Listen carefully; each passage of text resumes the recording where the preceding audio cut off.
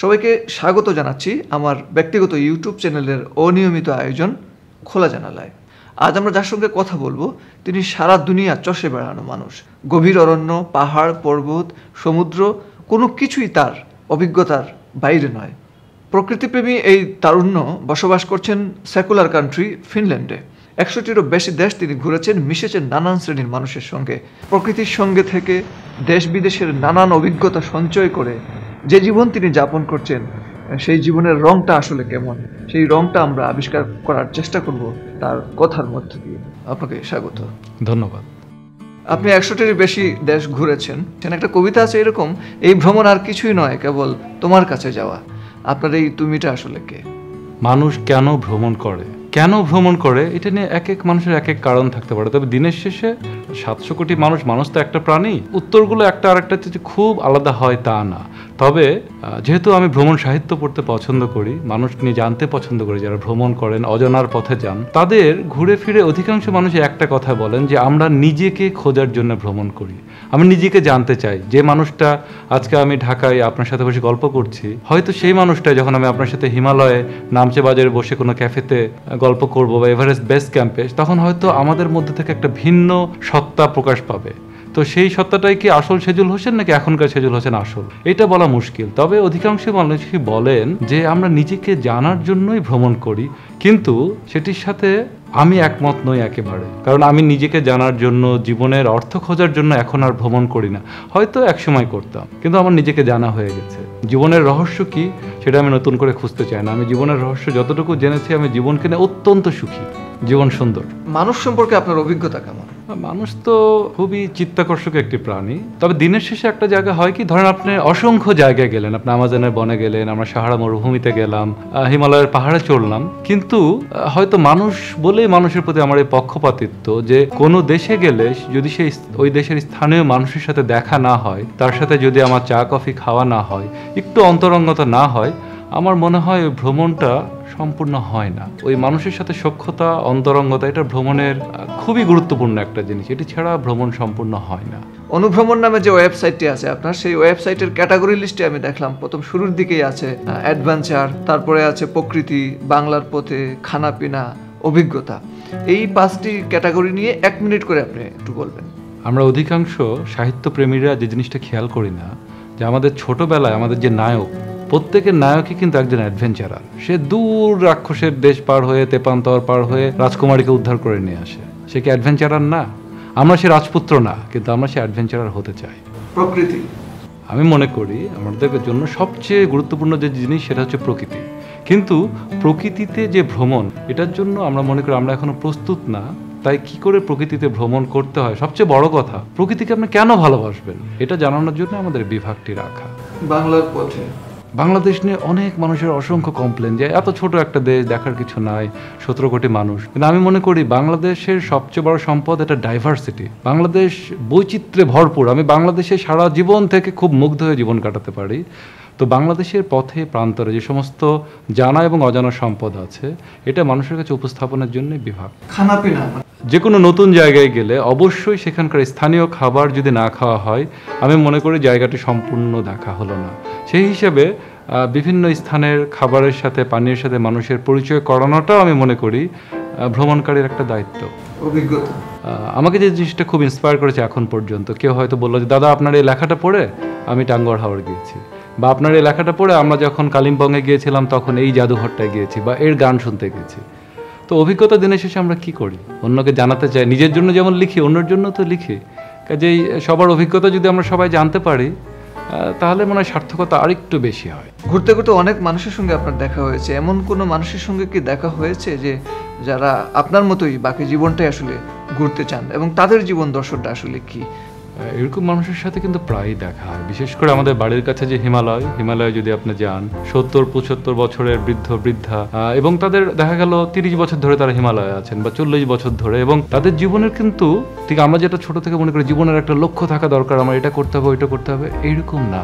তারা বলছেন আমরা জীবনে সুখী হতে চাই। হয়তো আমরা সুখী হয়ে গেছি, কিন্তু জীবনে অনেক কিছু যে আমরা এক্সট্রা করতে চাই নিজেদের পার্থিব লাভের জন্য, সেটা আর করতে চাই না। আমরা এই পথেই জীবনটা উপভোগ করে কাটিয়ে দিতে চাই। তবে এটা শুধু হিমালয় নয়, আমাদের যে সমস্ত যাওয়া, যেমন আপনি বললেন বিচিত্র সব মানুষ, আসলে বিচিত্র না, আমার মনে হয় এটা অধিকাংশ মানুষের ভিতরেই। আমরা প্রত্যেকেই হয়তো সামান্য সুযোগের অপেক্ষায় নাগরিক কবিয়াল হতে পারি না। আমরাও তো চাই, আপনি কি চান না আমরা একটু নিসর্গে থাকি, একটু স্নিগ্ধ চিন্তা করি? তাদের জীবন দর্শন দেখেছি দিনের শেষে একটাই, জীবনকে উপভোগ করা এবং পারলে অন্যদেরকে হেল্প করা। কিন্তু অধিকাংশ মানুষই তো নিজের জীবনটা বাঁচে না।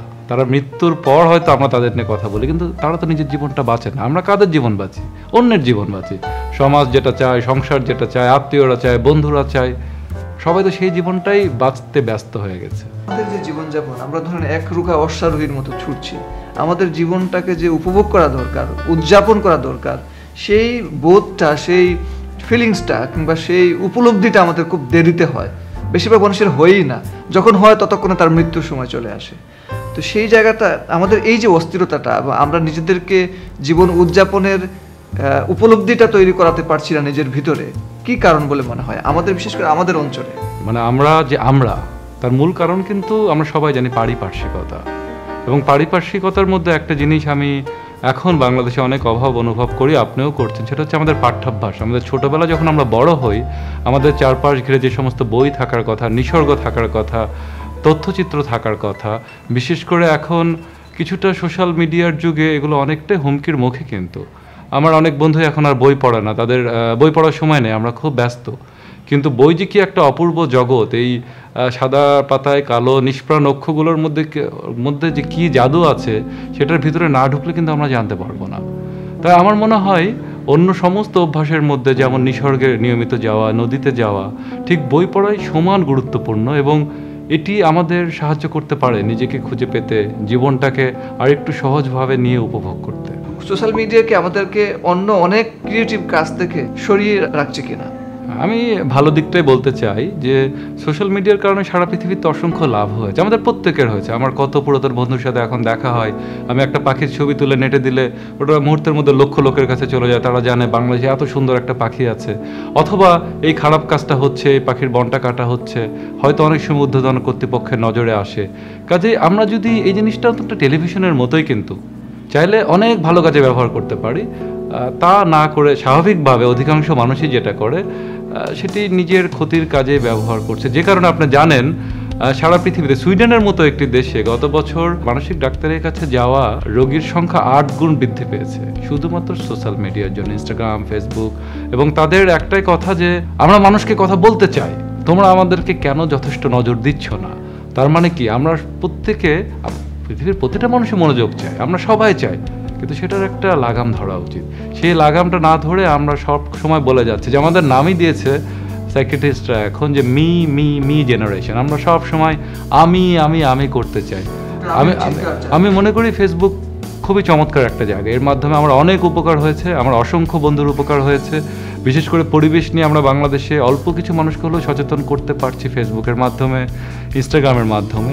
কিন্তু আমাদের এই আমির চক্কর থেকে যদি বের হতে না পারি, তাহলে এটা দিনের শেষে আপনার ক্ষতি করবে।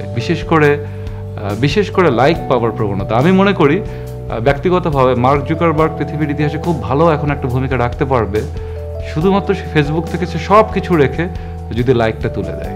লাইকটা তুলে দিলে মানুষ আর গুনবে না, আজকে আমি কত লাইক পেলাম। আচ্ছা, সেজুল ভাই একটা কবিতা লিখেছে, ও তো 500 লাইক পেলো, আমি তো একটা স্ট্যাটাস 2 লাইন লিখি 1000 লাইক পেলাম, আমারটা নিশ্চয়ই ভালো। এই অসুস্থ প্রতিযোগিতা যদি উঠে যায়, তাহলে পৃথিবীর একটা উপকার হবে। কিন্তু আমি আপনাকে এটাও বলে রাখি, উনি লাইক তুলবেন না, কারণ ফেসবুক মানুষ ব্যবহারই করে লাইকের জন্য। হ্যাঁ, আমরা বলতে চাই, এবং মুশকিল হচ্ছে শুধু বললে তো হবে না, শুনতে হবে। তো প্রত্যেকেরই তো বলারই আছে, শোনারও আছে। আমাদের দেশের পর্যটন সম্ভাবনা নিয়ে আপনার আশাবাদ কিংবা আফসোসটা কিরকম আসলে? আমার সবচেয়ে গর্বের জায়গা যে বাংলাদেশ খুবই বৈচিত্র্যপূর্ণ একটা দেশ। আমার বাংলাদেশের সবচেয়ে প্রিয় জায়গার নাম টাঙ্গুয়ার হাওর। এবং শুধু বাংলাদেশ না, সারা পৃথিবীতেই এরকম একটা রামসার সাইট অতি বিরল জায়গা। এই জায়গাগুলো বাংলাদেশে আছে। বাংলাদেশ খুবই ছোট একটা দেশ, সেই দেশে এত বৈচিত্র্য। সেখানে সুন্দরবন থেকে শুরু করে আমরা যেমন পাহাড়ি বন পাচ্ছি, সেরকম ঝরা পাতার শালবন পাচ্ছি, বিস্তীর্ণ নদীর চর পাচ্ছি, হাওর বড় বিস্তীর্ণ নদী, ইভেন আমাদের সমুদ্র আছে, সবই আছে। তাহলে আমার আফসোস হচ্ছে আমরা এখনো নিসর্গে ভ্রমণ করার মতো অবস্থায় নাই। অথচ আমাদের দেশে এখন 17 কোটি মানুষ। এই ব্যাপারটা যদি আমরা ওইভাবে দেখি, যে ঘোরাঘুরির যে সংস্কৃতি বা ভ্রমণের সংস্কৃতি, সবচেয়ে বড় কথা নিসর্গে ভ্রমণের সংস্কৃতি আমাদের এখনো হয়নি। হয় জেনি এটা যে কোনো শুক্রবার শনিবার আপনি যে কোনো বনে যান, আমাদের সুন্দরবন বলেন, লাউয়াছড়া বলেন, আপনি বনে যেয়ে দেখবেন আমরা তার স্বরে মিউজিক বাজিয়ে পিকনিক করতেছি।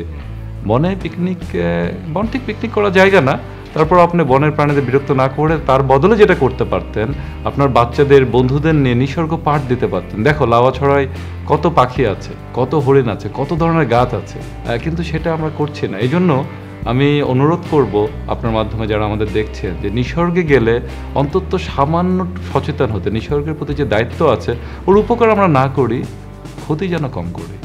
বন নিয়ে কথা হলো যে বন আসলে ভ্রমণের জায়গা না কিংবা পিকনিকের জায়গা না, বন থেকে বন্য প্রাণীর প্রসঙ্গটা আসলো।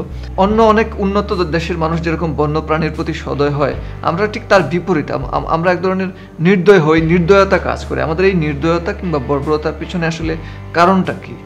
আমাদের গ্রামের খুব সাধারণ যে মানুষটা, যে সবাইকে উপকার করে, বিনা পয়সায় ডেকে চা খাওয়ায়, খুব সদালাপি লোক, সেই দেখবেন হয়তো সে চায়ের হোটেলের মালিক বা চা বিক্রেতা, হঠাৎ করে তার হাতের গরম পানি ভর্তি কেটলিটা একটা কুকুরের গায়ে ঢেলে দিল। এটা কিন্তু আমরা খুব দেখি। বা একটা শিশু কিছুই নাই, মনের সুখে, আমরা তো ছোটবেলায় সেই ব্যাঙ মেরে ফেলার গল্প শুনেছি, শিশুদের ঢিল মেরে তারা কিছু পাখির বাচ্চা মারলো, কুকুরের ঠ্যাং ভেঙে দিল, এগুলো কিন্তু আমরা দেখেছি, খুব আনন্দ পাচ্ছে। অথচ আমাদের মানুষ তো খারাপ না। আমরা মানুষের দুঃখ দেখলে এত উদ্বেলিত হই, তাহলে পশু পাখির প্রতি এটা আমরা কেন চিন্তা করি না? কেন একটা চিতাবাঘ ভুল করে সীমান্ত ক্রস করলে তাকে মেরে, তাকে ঝুলিয়ে তার সাথে আবার আমরা সবাই সেলফি তুলতে ব্যস্ত হই? এইটা বলা অল্প কথায় খুব কঠিন। তবে আমাকে অনেক আগে এক বৃদ্ধ চাচা, উনি অত্যন্ত নিসর্গপ্রেমী ছিলেন, উনি আমাদের বলেছিলেন আমাকে যে আমরা বাঙালিরা, তোমরা বলছো বটে যে আমরা পাখি, প্রজাপতি, ফড়িং এগুলো সব ভালোবাসি, কথাটা সত্যি না। কেন সত্যি না? তুমি আমাদের সাহিত্য ঘেটে দেখাও, পশু পাখির প্রেম নিয়ে আমাদের কয়টা গল্প, কয়টা চরিত্র আছে। রবীন্দ্রনাথের বলয়, বনফুলের ডানা, এক জীবনানন্দের কবিতা, এছাড়া আমি 8 থেকে 10টা তো আমাদের দুই বাংলা মিলিয়ে বাংলায় কথা বলে প্রায় 35 কোটি লোক, 8-10টা তো উদাহরণ হতে পারে না। তার মানে কি পশু প্রেম আমাদের নেই? বাংলাদেশ বার্ডস ক্লাবের সহসভাপতিও আপনি। বার্ডস ক্লাব আসলে কি কাজটা করে বাংলাদেশে? বাংলাদেশ বার্ড ক্লাবের প্রথম কথা হচ্ছে এটি একটি সম্পূর্ণ ভলান্টারি সংস্থা। আমরা যারা এখানে কাজ করতে যাই, সম্পূর্ণভাবে নিজের পাখির প্রতি ভালোবাসা এবং একটা দায়িত্ব, যে নিসর্গের প্রতি আমাদের দায়িত্ব আছে, সেটা টান থেকে যায়। এখানে কোনো অর্থনৈতিক ব্যাপার জড়িত থাকে না, আমি প্রথমে বলে নিচ্ছি। দ্বিতীয়, এই ক্লাবটি একক উদ্যোগে করেছিলেন এনামাল হক ভাই। উনি বাংলাদেশের, আমরা বলি, সেরা পাখি বিশেষজ্ঞ সহ অনেক কিছুতে উনি আমাদের ইনভলভ করেছেন, সংস্কৃতির দিকে, পাহাড়ে যাবার দিকে। তো অন্য কিছু না হলেও উনি প্রায় 30 বছর ধরে বাংলাদেশ বার্ড ক্লাব, আমাদের উপকূল এবং হাওড়ে দুটো পাখির শুমারি ঘটে। তো গত 30 বছরের ডেটা এনাম ভাই শুরু করার পর থেকে আমাদের আছে যে কোন বছর পাখি কম আসলো, কোন পাখির সংখ্যা কি আসলে বাড়ছে না কমছে। আর এর মাঝে আমরা শুরু করেছি আপনার বাংলাদেশের কয়েকটি বনে, সুন্দরবন ছাড়াই 17টি বনে রেগুলার যে আমাদের দেশি যেগুলো পাখি তাদের সংখ্যা জানার কাজ করা। এবং গত 5 বছর ধরে, আমরা এটা 2010-এ শুরু করেছিলাম, কিন্তু গত 5 বছর ধরে খুব নিয়মিতভাবে আমরা পাখির পায়ে রিং পড়াচ্ছি একটি গবেষণার জন্য। এটা, এবং এই যে গবেষণাগুলো আমরা করার চেষ্টা করছি, সবই কিন্তু পাখি এবং পাখি বান্ধব পরিবেশ নিশ্চিত করার জন্য। কেউ যদি এই বার্ড ক্লাবের সদস্য হতে চায়, তার কি করা উচিত? আমাদের মূল শর্ত একটাই, পাখির প্রতি ভালোবাসা থাকতে হবে। পাখির প্রতি আপনার জ্ঞান নেই, কোনো সমস্যা নেই, কৌতূহল খুব একটা নেই, তাও আমরা আপত্তি করব না। পাখির প্রতি প্রেম থাকতে হবে। প্রেম থাকলেই আপনি, আমাদের প্রতি মাসে একবার আড্ডা হয় বনানীতে, আমাদের আড্ডা চলে আসতে পারেন। আমাদের বাংলাদেশ বার্ড ক্লাবের পেজ আছে ফেসবুকে, ওখানে নক করতে পারেন, আমরা জানাবো যে আপনি কোথায় আসতে পারবেন আমাদের সাথে আড্ডা দিতে। আমাদের একটা ত্রৈমাসিক পাখি বিষয়ক পত্রিকা আছে, বাংলার পাখি, এটির গ্রাহক হতে পারেন। সবচেয়ে বড় কথা, আপনি আমাদের সাথে পাখি দেখতে ঢাকার ভিতরে যেতে পারেন। ঢাকাতে এত চমৎকার সব বর্ণিল পাখি আছে, দেখলে আপনি অবাক হয়ে যাবেন যে ইট কাঠ পাথরের মধ্যে এটা থাকে কি করে। আপনি অনেক দেশ ঘুরেছেন, অনেক গল্প জমেছে। যদি একটা গল্প বলতে বলি, কোনো রোমাঞ্চকর কোনো গল্প, তাহলে কোন গল্পটা বলবেন? আমরা একবার তুরস্কের ইস্তাম্বুল আমার খুব প্রিয় শহর, সুযোগ পেলে যাওয়া হয়। বন্ধুদের সাথে বসে আছি, আমার সব টার্কিশ বন্ধু তারা। তো তাদের মধ্যে আমার চামড়ার রঙে একটু আলাদা, বাদামি রঙের। তো স্বাভাবিকভাবে আশেপাশের লোকজন বা ওখানে যারা ছিল ওয়েটার, তারা অন্যভাবে তাকাচ্ছে, ছেলে কোথা থেকে আসলো। তো একজন এসে আমাকে এমনি জিজ্ঞাসা করলো যে চা কফি খাওয়ার সময়, যে কিছু মনে করো না, তুমি কোথাকার মানুষ? তো আমি বললাম আমি বাংলাদেশের মানুষ, ফিনল্যান্ডে থাকি। তো সে বললো তুমি ফিনল্যান্ডে কি করো? আমি বললাম আমি লেখাপড়া করি।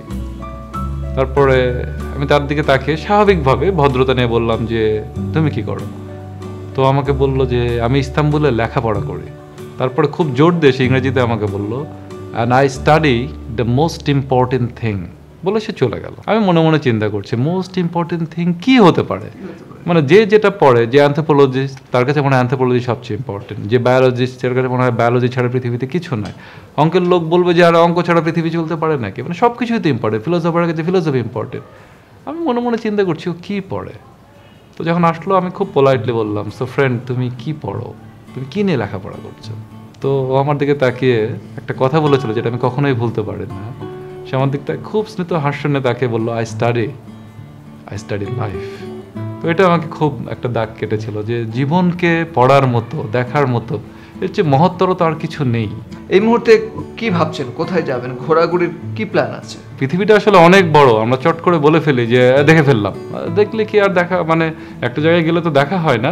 তবে আপাতত আমি খুব বেশি আগ্রহ বোধ করছি সেন্ট্রাল এশিয়া, মানে ওখানে যে 5টা দেশ আছে, তাজিকিস্তান, কাজাকিস্তান, উজবেকিস্তান, কিরগিজস্তান এবং তুর্কমেনিস্তান, সামারখান্দ, বোখারা, খিবা, এগুলো ভালো মতো দেখে, আর ইরানটা আমি খুব ভালো মতো দেখতে চাই। আমার প্রচুর প্রিয় কবি ইরানের, তাদের স্মৃতি বিজড়িত জায়গাগুলোতে যেতে চাই। তো অ্যাকচুয়ালি সেন্ট্রাল এশিয়া এবং ইরান তো পাশাপাশি, আমরা চেষ্টা করব এই দুটো ভ্রমণ সম্ভব হলে একসাথে করার। পৃথিবীতে মানুষে মানুষে এত হিংসা, এত বিদ্বেষ কেন বাড়ছে? আপনি বলছেন জীবন সুন্দর, কিন্তু পাশাপাশি হিংসা, বিদ্বেষ, প্রতিহিংসা পরায়ণতা, আগ্রাসী মনোভাব, এই প্রবণতাটাও কিন্তু দিন দিন বাড়ছে। ঠিক কী কারণ বলে মনে হয়? খুব সহজ, সেটা হচ্ছে আমাদের জীবন বোধের অভাব। আমরা জীবনকে চিনতে চাই না, বুঝতে চাই না, বোঝার চেষ্টা করি না।